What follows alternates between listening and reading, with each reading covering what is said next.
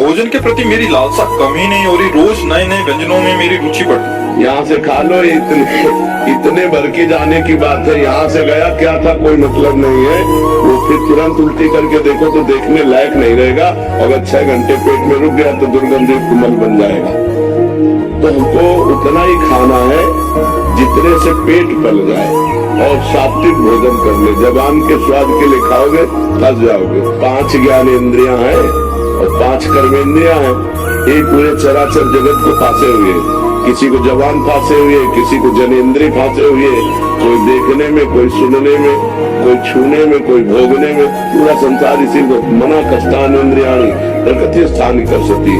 5 ज्ञान इंद्रिया और 1 मन प्रकृति में सदैव लगाए हुए जीव की दुर्गति करता है। बहुत दुष्ट है। खाते खाते जीवन अरे इतना खाने लगते हैं कि मुर्गा मुर्गी बकरा गाय भैंसा सब खाने लगते हैं। नहीं, जबाने का तो स्वाद है। कितना गिरते चले गए कि राक्षस हो गए। कुछ भी खा रहे हैं, कुछ भी चाट रहे हैं। जबान के स्वाद में नाना प्रकार के इंद्रियों के विलास में पूरा जगत फंसा हुआ है। अगर भगत भी इसी में फंसा तो किस बात का भगत है। 56 प्रकार के भोग ठाकुर जी को लगते हैं। एक से एक सुंदर स्वादिष्ट भोग ठाकुर जी को भोग लगाओ और उतना पाओ जितने से पेट भर जाए। अच्छे अच्छे पदार्थ बांटो, रूखा सूखा खा के शरीर से कुछ भजन करो, मेहनत करो, धर्म पूर्वक कमाओ, परिवार का पोषण करो, भगवान को प्राप्त हो जाओ। अब बुरे आचरणों में जाओ। जिसकी रसेंद्री बस में नहीं है उसकी कोई इंद्री बस में नहीं हो सकती। 9 इंद्रियां उसके बस में हो जाएंगे। एक इंद्री को बस में कर ले, केवल रसेंद्री। मोटा होना स्वस्थ होना नहीं है।